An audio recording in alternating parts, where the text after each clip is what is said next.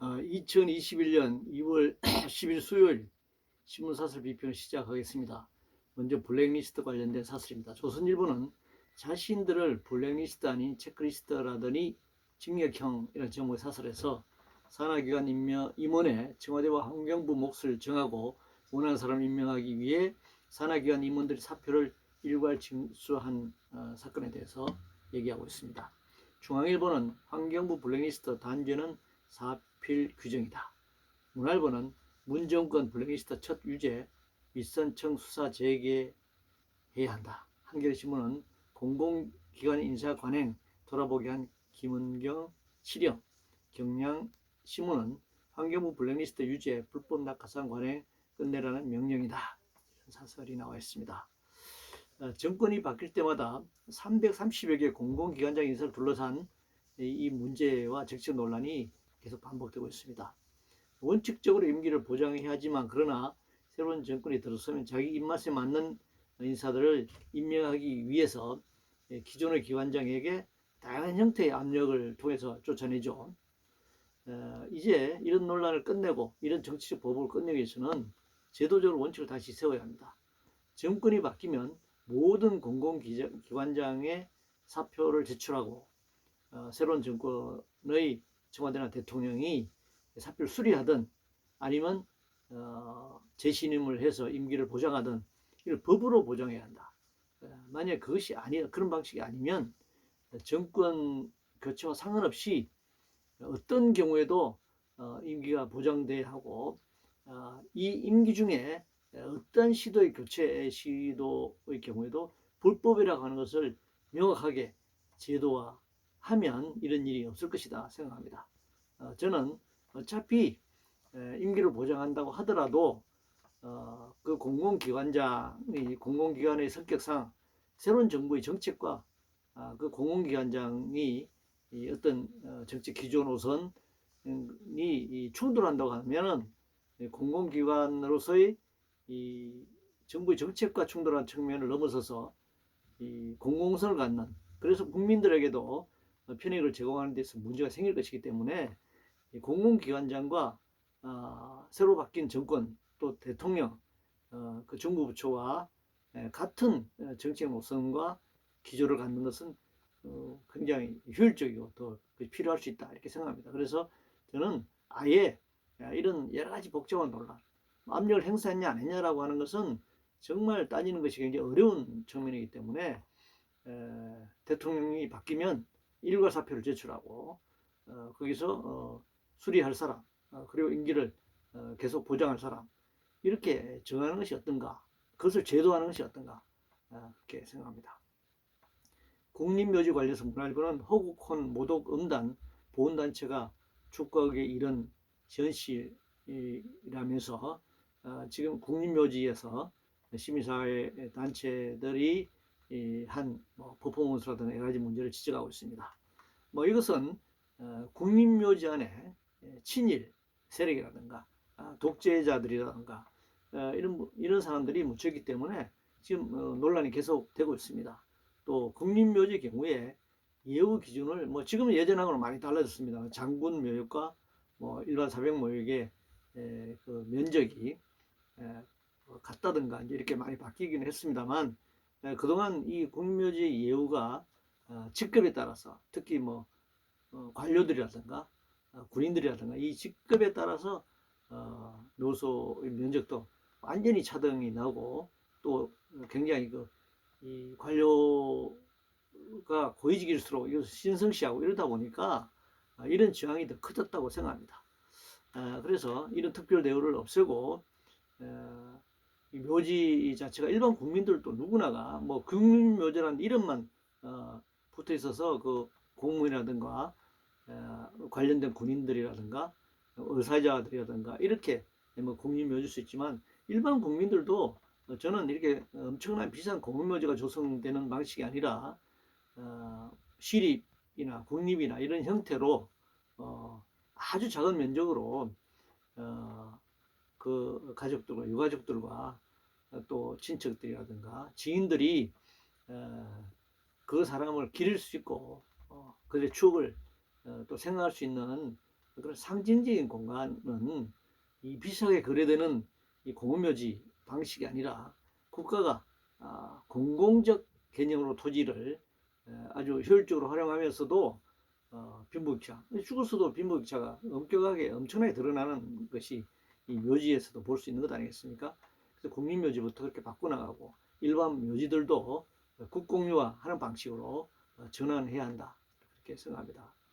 재벌 기부와 관련해서 중앙일보는 카카오 김범수 한국의 새 기부 문화 열었다 라는 제목의 사설에서 사회 문제 해결에 재산 절반 5조 원 기부 관련 불합리한 세제 규제 개선해야 한다 이렇게 주장했네요. 한국경신문은 김범수의 통큰 기부 이런 기업인 많이 길러내는 사회여야 한다. 매일경제신문은 김범수 5조 재산 기부 한국판 빌게이츠 모델 되기를 바란다. 한겨레신문은 부의 대물림 사회에 신선한 충격 준 김범수 의장 이렇게 이제 평가하고 있는데요.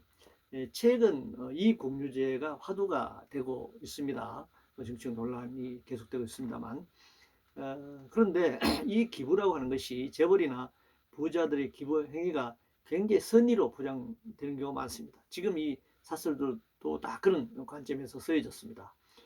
그러나 부를 축적하는 과정, 부가 어떻게 축적되고 있는가, 이 공유재산이 어떻게 사적으로 소유되고 있는가 하는 부분은 지금 지적이 없습니다. 자, 언론들은 그동안 투기자본가센터가 카카오 김범수 의장에 대해서 고발하고 진정한 내용은 전혀 거의 보도하지 않았습니다. 그 고발한 내용을 보면 2018년 10월 10일 카카오 김범수 등 2조 8천억 원 횡령 배임 등을 고발한 사건이 있습니다. 그리고 2019년 5월 22일 1조 원 분식 회계 및 2조 8천억 원 불법 횡령 등을 재고발한 사건이 있습니다. 2019년 5월 29일 카카오 1조 원 분식세계 등 자본시장법 위반 등과 관련해서 금융위원회에 감리할 것을 진정하는 진정서를 제출한 내용들이 있습니다. 이런 내용들은 왜 이렇게 재벌을 추앙하는 사설을 쓴 언론들이 한겨레조차도 마찬가지입니다. 이런 고발 사건에 대해서 왜 보도하지 않죠? 그래서 이 분식회계, 배임 횡령 이렇게 따지면 사실 이 기부하겠다고 하는 돈이 결국 이런 돈 아니냐는 것이죠. 이런 혐의가 있다는 겁니다. 그러면 이런 기부하겠다고 하는 것을 이렇게 대대적으로 보도하고 사설까지 쓰면서 이런 배임 횡령과 관련된 분식 해와 관련된 이 불법적 행위와 관련된 증거를 제출했음에도 불구하고 왜 이것은 보도되지 않고 있는가? 왜 이것은 검찰에서 수사되지 않고 있는가? 왜 기가 각하되고 있는가? 하는 점들도 동시에 보도되어 가지고 국민들이 이 재벌들의 기부 행위에 대해서 양 측면을 동시에 보고 판단할 수 있도록 해야 한다 이렇게 생각합니다. 토건 공약 관련해서 매일경신문은 여당 서울시장 후보도 뛰어든 경부고속도로 지하화 제대로 해보라 이렇게 이제 사설을 썼는데요. 한때는 그 재벌 출신 대통령 후보가 고속도로를 2층으로 만들겠다 이런 공약을 낸 적도 있었던 것으로 기억을 하는데요. 이제는 고속도로를 지하화하고 그 위에 아파트를 짓는다고 지금 난리법석을 피우고 있습니다. 임기 1년짜리 보궐선거 시장이 도대체 뭘 어떻게 그걸 하겠다는 건지 잘 모르겠습니다만은 이 토건 공약을 남발하는 거, 이것은 이 안락한 이 환경 하에서 도시라고 하는 것이 다 밀집되고 복잡한 것만 도시가 아니잖아요. 도시라고 하더라도 소도시화되고 전국적으로 이렇게 분산이 되면 또 안락한 환경 이런 생활 공간이 될 수도 있는데 지금 서울은 그냥 서울이 만원이다라고 하는 그런 소설이 나온 지도 굉장히 오래됐습니다. 지금은 완전히 폭발할 지경인데도 불구하고 이 생태적 환경은 전혀 무시하고 이 토건 사업에 집중하는 표를 얻기 위한 선거 공약, 결국 이렇게 해서 아파트를 짓고 이렇게 해서 밀집시키면은 결국 아파트 가격이 오르고 그렇기 때문에 서울 시민들, 유권자들이 그런 공약을 내는 사람들에게 표를 던지고 이것은 다 똑같이 망하는 길입니다. 일시적으로는 좋아 보이지만 결과적으로는 오늘날 코로나 재난이든지 향후의 기후 위기든지 이런 여러 가지 도시로 집중되면서 벌어질 이 재난적 그런 상황은 누가 책임질 거냐는 거죠. 이 사회적 책임을 누가 질 거냐라고 하는 것입니다. 그래서 이런 공약으로 서울시장 후보들이 이런 공약을 내고 이런 선거는 거의 막장 드라마에 불과하다 이렇게 지적하고 싶습니다. 인사청문회 관련해서 매경신문은 의혹 해명 못한 황희 후보자 장관 자격 있나 이렇게 이제 지적하고 있는데요. 이런 인사청문회라면 당연히 폐지하는 것이 옳다라고 생각합니다. 아예 이 법률이나 뭐 대통령이나 장관 임명 기준표를 만들어 가지고 이 기준에 이 사람의 여러 가지 학력, 경력, 재산, 뭐 범죄 여러 가지 도덕성 문제를 집어넣어서 봤더니 장관 자격이 있다 없다. 이렇게 해서 그 법에 따라서 대통령에 따라서 그렇다고 하니까 임명한다고 하니까 뭐 어쩔 수 없네. 이렇게라도 하는 것이 어떤가 이렇게 생각합니다.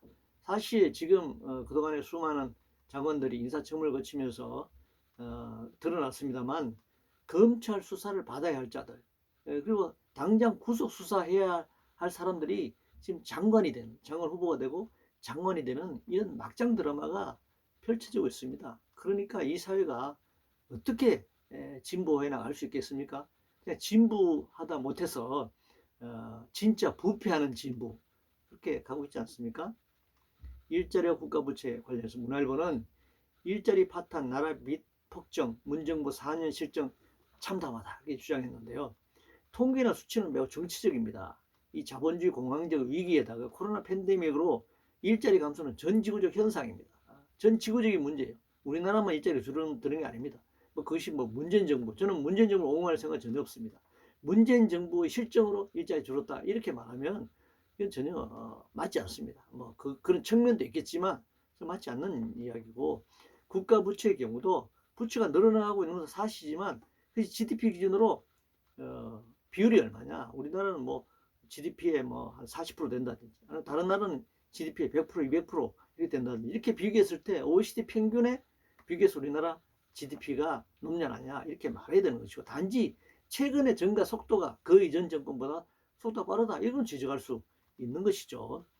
그래서 정책의 누적적 결과 지금의 실업의 문제, 부채 문제가 4년 된 문재인 정부가 딱 잘라서 이 정부의 책임이다가 아니라 그 이전 정권의 역대 정권의 그런 책임들을 누적적으로 책임이 증가되어 왔기 때문에 기존의 여야를 막론하고 이 보수 부르주아 정권의 공통의 책임이고 그러나 현재 정권을 담당하고 있는 정권이 더 많은 책임을 져야 되는 건 사실이죠. 잘못되고 왔는데 나도 거기다 잘못을 플러스하는 것은 더 잘못을 저지르는 것이 되는 것이니까요. 과거의 정부에 잘못해 왔다면 나는 그것을 개선하기 위해서 노력해야 되는 것이죠. 실업자가 늘어났다. 그러면 실업자를 줄이려면 계속적으로 성장을 해야지만 실업자를 줄일 수 있다라는 방식으로 투자만 계속 늘린다? 경기가 불경기고 코로나 이런 상황에서 투자를 한다고 상품이 생산된다고 이게 팔리지 않으면 공장이 다시 가동되지 않는 것이고 일자리가 늘어나지 않는 것입니다. 그렇다면 노동시간 단축이라고 하는 방식으로 일자리를 나누는 방식 이 방식을 택해야 되는데 법정 노동시간 40시간인데 지금 문재인 정부에서 법정 노동시간 40시간은 어디 가고 없고 주 52시간을 노동시간 단축이라고 이렇게 기만적으로 얘기하면서 장시간 노동 한쪽은 장시간 노동에 시달리고 한쪽은 일자리가 없어 실업자가 되고 이런 것부터 해결한다면 실업자 문제를 줄일 수 있는 거 아니냐 그런 것입니다. 그리고 왜 국가 부채가 생기는 거예요? 부자들의 세금 감면해주고 재벌들의 세금 감면해주면 당연하게 재정이 국가적인 축소되어서 재난지원금을 만들려면 전부 부채가 되는 거잖아요. 그 재난지원세를 걷어가지고 재난지원금을 지급하면은 국가 부채가 생길 리가 없는 것입니다. 그래서 이것도 그냥 역대 정권이 해온 대로 하면 계속 누적적으로 이것은 이 잘못된 것이 쌓일 수밖에 없다라고 생각합니다.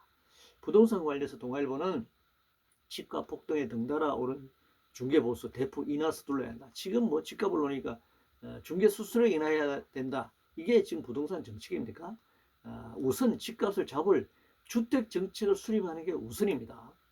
그래서 금융거품이 계속 확대되고 있는 이런 상황에서 집을 부동산 투기 상품화하는 한 집값은 계속 오를 수밖에 없습니다. 수천조가 투기처를 찾아서 이렇게 돈이 구름처럼 몰려다니는 상황에서 집이 투기적 상품으로 계속 공급되는 한 그 집은 투기적으로 거래될 수밖에 없고 집값이 오를 수밖에 없는 것입니다. 도박판이 커지면 커질수록, 판돈이 커지면 커질수록 도박판이 커지는 거예요. 거기에서 무슨 뭐 윤리 도덕이다, 뭐 중개수수료다, 이런 것은 해결되지 않는 겁니다. 그것으로서 이 주택 문제가, 전월세 문제, 집 없는 사람들 문제가 해결되지 않는다. 집값이 오르면 올바른 주택 정책을 수립하기가 불가능하다라고 하는 것입니다. 화폐 관련해서 한경신문은 디지털 화폐 시동건 한국은행 편입과 위험 균형 있게 봐야 한다. 라는 제목을 사설해서 한국은행이 지폐와 주화에 이어 중앙은행 발행 디지털 화폐 CBDC라고 하는 디지털 화폐 법정 통화 추가하기로 결정했다는 겁니다. 모든 거래 기록이 국가에 집중되고 사생활이 노출되면 프라이버시 문제가 생긴다. 실물 화폐가 없어 자금 세탁에 취약하다. 이런 이제 문제가 있다는 것이죠. 그럼 이거 어떻게 할 거냐? 우리가 사실은 돈의 화폐 가치가 가장 잘 보존되는 것, 변하지 않는 것은 금이죠.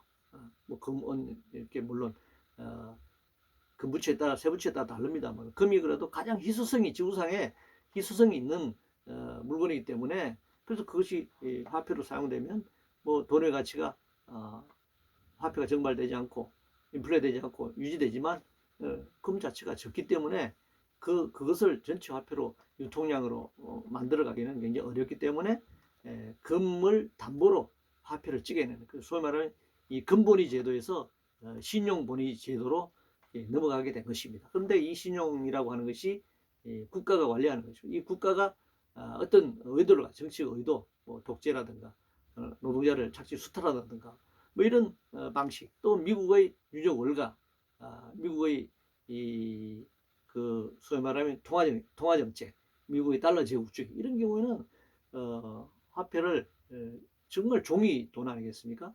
종이 돈을 엄청나게 찍어서 이거 화폐를 증발시킴으로써 전 세계적 수탈과 착취를 이제 자행하는 것입니다.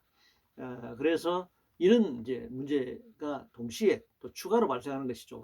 지폐보다도 더 디지털 화폐가 그럴 가능성에 대한 우려, 이것이 더 커지는 문제가 있습니다. 거기다가 이런 개인정보라든가 사생활 문제까지 국가의 빅데이터에 편입되는 경우에 개인의 임금과 자유, 그러니까 통화량, 유통 과정을 더 원활하게 하기 위해서 이런 새로운 디지털 화폐를 만드는 그 편의성 때문에 만드는 것이 결과적으로 그것이 왜 만드는 것입니까? 이것을 유통의 유통수단, 중개수단으로서 화폐를 더 편리하게 만드는 것이 인간의 그 인권과 자유가 어떤 국가체제 속에서 통제 속에 더 예속된다고 한다면 그것은 행복을 추구하기 위한 것인데 그것이 과연 행복을 추구하는 것인가 결과적으로 그런 의문을 제기할 수 있다고 하는 것입니다. 그래서 그것을 어떻게 통제 가능하게 할 것인가 하는 것이 관건이고 또 이거 자체가 하나의 이 거대한 또 해킹이라든가 이런 공격으로부터 어떻게 안전하게 관리될 수 있느냐 하는 것도 과제가 될 것입니다. 백신 관련해서 한국경제신문은 접종 보름 앞두고 백신 혼란, 국민 불안 이유 살펴보라 라는 제목의 사설에서 화이자에서 아스트라제네카 AZ로 막판에 바뀌고 65세 이상 노인 접종 여부 뭐 이게 또 부작용이라든가 이런 문제가 이제 제기되고 있기 때문에 이걸 잘 살펴야 한다 뭐 그런 얘기인데 이건 사실은 뭐 일반 국민들이 알기는 참 어렵습니다. 전문가들이 얘기하는 것이죠. 그러나 그 전문가들도 이런 코로나가 발생하리라는 예측을 하지는 못했습니다. 그래서 인류가 예측하지 못한 뭐 전문가든 아니든 상관없이 지금의 현재 인류가 예측하지 못한 코로나 재난에 대비하는 것 그리고 이 코로나에 대한 새로운 변종이 계속적으로 지금 발생되고 있다는 게 보도되고 있지 않습니까? 사스에서 뭐 메르스에서 이제 코로나로 또 새로운 변종으로 그럼 앞으로도 계속 예측 불가한 그런 미래가 예비되고 있다는 것입니다. 그래서 이것은 예측 불가한 그 미래를 향해서 인류가 탐험하는 것과 같은 그런 현상이다.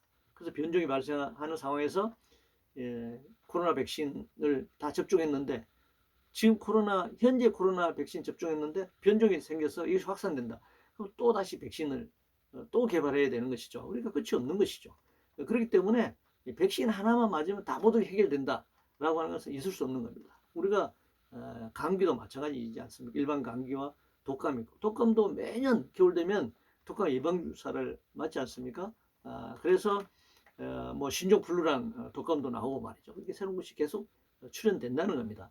그렇기 때문에 국가라고 하는 것은 이런 코로나가 됐든 뭐가 됐든 이 재난 시기에는 백신, 그리고 백신만으로도 이게 집단 면역이 되더라도 계속 감기에 걸릴 수밖에 없는, 코로나 감기에 걸릴 수밖에 없다면 치료제, 그럼 치료제만으로도 안 되는 중증 환자가 생겼을 때 음압병상을 갖춘 공공병원, 그리고 그것을 치료할 수 있는 의료진, 그리고 또 이런 재난 상황이 덮치면 뭐 자영업자가 문을 닫는다든가 공장이 생산을 축소한다든가 사람들이 경제활동이 위축된다든가 하면은 경제적인 혼란이 오지 않겠어요? 그럼 재난지원 예산, 전국민 재난지원 예산을 어떻게 확보할 것인가 하는 종합적인 대책이 동시에 마련돼야 한다. 단순히 백신 하나만 가지고 모든 게 해결된다고 생각하면 안 된다고 하는 것입니다. 탈원전 관련해서 조선일보는 원전 조작 실무자만 구속, 너 죽을래? 급박 장관은 기각. 경향신문은 검찰의 월성 원전 수사 제동근 백운규 전 장관 영장 기각. 뭐 이렇게 이제 좀 대비돼서 사설이 나왔습니다만, 뭐 불구속 수사원 측이 존중돼야 한다고 생각합니다. 그래서 뭐 명령을 내린 장관이 기각돼서 구속을 면했으면 이 실무자들도 당연히 풀려나서 재판받는 것이 옳다라고 생각합니다. 근데 문제는 이 월성 1호기 경제성 조장 문제는 탈원전을 제대로 시행할 의사가 있었다면 이렇게 조작할 필요가 없었을 것입니다. 고리 1호기 이어 월성 1호기 폐쇄를 정책 퍼포먼스로 하려고 했던 그 조급함이 이 비전 일이라고 생각합니다.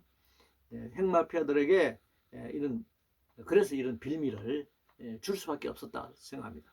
만약에 월성 1호기 폐쇄가 필요했다고 판단하면 기존의 경제 분석이 아니라 새로운 경제 분석, 새로운 조건의 경제 분석 보고서를 작성하고 그것을 국회를 통해서 절차를 거치든 아니면 국무회를 통해서 절차를 거치든 해서 거기에 따라서 폐기했어야 되는 겁니다. 예를 들면 뭐 우라늄이든지 아니면 뭐 또 폐쇄 이후에 사용 후 해결료의 10만 년 저장이라든지 아니면 사고 문제라든지 폭발 시의 지향의 문제라든지 이런 걸 전부 비용으로 다시 환산하면 원전이 뭐 안전성 문제를 떠나서 단가당 1kW당 생산 단가가 다른 뭐 석탄이라든지 다른 연료에 비해서 값이 사다라고 하는 그는 있을 수 없는 겁니다. 이 거대한 이 롱텀 긴 기간 동안의 이 방사능 누출 없이 관리되어야 하는 이 비용은 천문학적으로 상상을 초월하는 것이기 때문에 단순히 현재 원전에서 생산되는 단가만 딱 잘라서 경제성으로 분석돼서는 안 된다고 생각하는 것입니다. 그렇기 때문에 이걸 좀 제대로 전공법으로 새로운 보고서 작성을 통해서 이를 폐쇄했어야 되는데 기존에 있는 뭐 몇천을 투자해가지고 재가동하고 있는 그것을 서류를 조작해가지고 했다라고 하는 것이 바로 이 핵마피아들에게 빌미를 주고 이런 사단이 생긴 것이 아닌가 그렇게 생각합니다. 가짜뉴스 징벌 배상 문제인데요. 조선일보는 가짜뉴스 제조기 정권이 비판 언론 징벌하겠다는 적반회장 이러면서 비판하고 있는데요. 민주당 언론 보도에 대해 최대 3배 징벌적 손해배상, 알 권리 언론 자유 침해하고 있다. 동아일보는 민형사 2중 징벌의 3배 배상, 비판 언론 족쇄 처리는 여당이다. 고의적인 거짓 정보로 인권을 침해한 경우라고 하지만 족쇄 처리하려고 하는 거다. 그렇게 비판하고 있고, 한겨레는 언론도 포함된 징벌적 손배 정교한 입법 필요하다. 뭐 개인 유튜버는 모르겠지만 언론도 이렇게 포함된 것에 대해서 한겨레는 못마땅한 것 같습니다. 그러면 정교해야 한다. 경향신문은 언론사 징벌적 손해배상 소송 언론 자유 침해 없도록 해야 한다. 그런데 사실 이런 법을 만드는 것 자체가 언론을 제약하고 침해할 수밖에 없는 결과로 이어질 겁니다. 언론과 언론 자유, 표현의 자유를 억압하는 별도의 법을 만드는 것은 신중하다. 아예 이런 법을 만드는 것은 저는 옳지 않다고 생각합니다. 인격, 인권 침해나 명예훼손 이런 등은 기존 법률에 존재합니다. 어차피 이 법을 만들더라도 그걸 완전히 구체적으로 요런 말을 했을 때 징역 몇 년, 요런 표현을 했을 때 이렇게 정말 매뉴얼을 어마어마하게 많은 양의 매뉴얼을 만들지 않은 한은 또 법률이라고 하는 것이 그냥 많아야 100조가 적으면 한 3, 40조에서 이렇게 정의되는데 그게 이 수많은 가짜 뉴스의 유형이라든가 의도라든가 정도라든가 이걸 어떻게 법률로 다 제정에 넣을 수 있겠습니까? 그러니까 이런 문제가 생기면 이 법을 만들더라도 결국 최종적으로는 법적 다툼으로 갈 수밖에 없는 것인데요. 그리고 그것은 법적 다툼으로 결정돼도 그게 승부가 안 나는 겁니다. 결국 국민적 여론으로 다소 여론에 의해서 정치적으로 결정될 수밖에 없는 것이다. 그래서 이런 법을 만드는 것 자체가 언론과 표현의 자유를 억압하는 것이다. 그래서 헌법의 위헌적 성격을 갖는다. 저는 그렇게 생각합니다. 법원 관련해서 동아일보는 원칙 잃은 법관 인사로 여편향 비판 자초한 김명수 대법원, 서울중앙지법의 경우 한 재판부에서 2년, 총기한 3년까지 근무하는 것이 원칙인데 그 이상 어떤 판사들은 계속 그 근무한다는 거죠. 중요한 재판이 중앙지법에서 열리기 때문에. 그러니까 말하자면 현 정부 유리한 재판을 하는 판사들 그대로 인사 발령 안 내고 그대로 두고 있다. 이런 이제 비판입니다. 결국 검찰 수사든 법원 판결이든 권력 투쟁이 벌어지는 경우 정치적 논란에서는 자유로울 수 없습니다. 법률과 또 판검사의 양심에 따라 수사하고 양심에 따라서 판결하는 건데 역시 진영 논리에 빠지면 자의적 판단이 될 뿐입니다. 누구도 믿지 않는 거죠. 자기 진영의 논리대로 가는 것이니까요. 검찰과 법원이 그래서 정치권으로부터 독립되는 것이 굉장히 1차적 과제라고 생각합니다. 저는 이 검찰총장과 대법원장, 주요한 감사원장 이런 주요한 권력기구들은 대통령 선거나 국회의원 선거 때 그냥 선출했으면 좋겠어요. 국민들이. 투표용지를 여러 개 두면 되잖아요. 그런데 그거 자체로 선거제도를 바꾸는 게 이제 어려움이 있다면 구성원들에 의해서라도 직접 선출돼야 한다.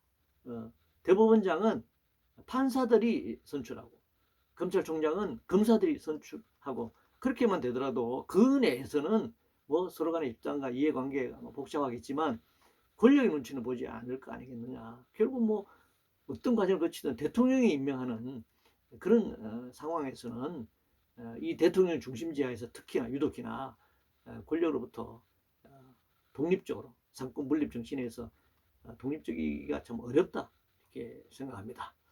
이상으로 2021년 2월 10일 수요일 신문사설 비평을 모두 마치겠습니다.